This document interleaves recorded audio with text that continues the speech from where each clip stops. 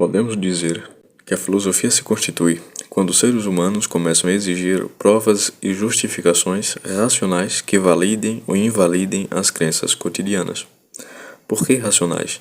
Por três motivos. Porque racional significa argumentado, debatido e compreendido. Porque racional significa que, ao argumentar e debater, queremos conhecer as condições e os pressupostos de nossos pensamentos e os dos outros. Porque racional significa respeitar certas regras de coerência do pensamento para que um argumento ou um debate tenha um sentido. Deste modo, é possível chegar a conclusões que podem ser compreendidas, discutidas, aceitas e respeitadas por outros. A atitude crítica. A primeira característica da atitude filosófica é negativa, isto é, um dizer não aos preconceitos, aos prejuízos.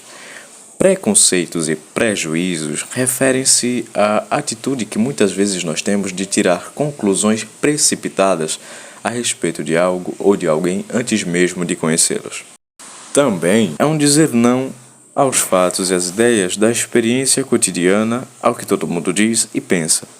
Em outras palavras, é tomar a distância de nossas crenças para poder interrogar quais são suas causas e qual é seu sentido.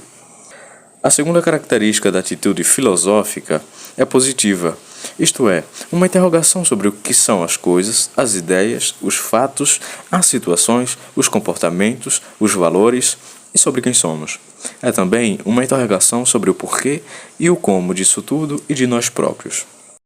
A face negativa e a face positiva filosófica constituem o que chamamos de atitude crítica. Por que crítica? Em geral, julgamos que a palavra crítica significa ser do contra, dizer que tudo vai mal ou que está errado. Enfim, coisa de gente chata ou que acha que sabe mais que os outros, mas não é isso que essa palavra quer dizer. Crítica provém do grego e tem três sentidos principais. O primeiro é a capacidade para julgar, discernir e decidir corretamente. Segunda, é o exame racional, sem preconceito e sem prejulgamento de todas as coisas.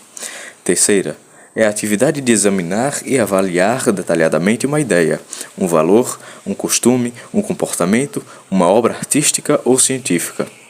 A atitude filosófica é uma atitude crítica porque apresenta esses três significados da noção de crítica. Esta, por sua vez, é inseparável da noção de racional. A filosofia começa dizendo não às crenças e aos preconceitos do dia a dia para que eles possam ser avaliados racional e criticamente. Para a filosofia, não sabemos o que imaginávamos saber, ou como dizia Sócrates, começamos a buscar o conhecimento quando somos capazes de dizer só sei que nada sei. Para Platão, discípulo de Sócrates, a filosofia começa com a admiração diante do mundo. Já Aristóteles, discípulo de Platão, escreve que a filosofia começa com espanto diante de tudo o que existe e acontece. Admiração e espanto significam que reconhecemos nossa ignorância e, exatamente por isso, podemos superá-la. A filosofia inicia sua investigação no instante em que abordamos nossas certezas cotidianas e não dispomos de nada para substituí-las. Seria como se tivéssemos acabado de nascer para o mundo e para nós mesmos e precisássemos perguntar o que é, por que é e como é o mundo. E também o que somos, por que somos e como somos. Em outras palavras, a filosofia se interessa por aquele instante em que a realidade natural, o mundo das coisas, e a realidade histórico-social, o mundo dos seres humanos, tornam-se estranhas, espantosas, incompreensíveis e enigmáticas, quando as opiniões estabelecidas já não nos podem satisfazer.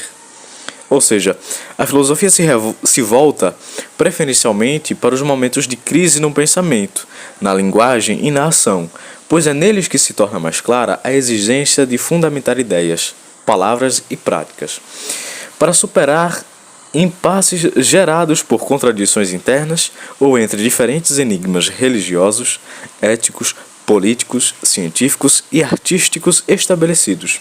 A filosofia busca mudança cujo sentido ainda não está claro e precisa ser compreendido.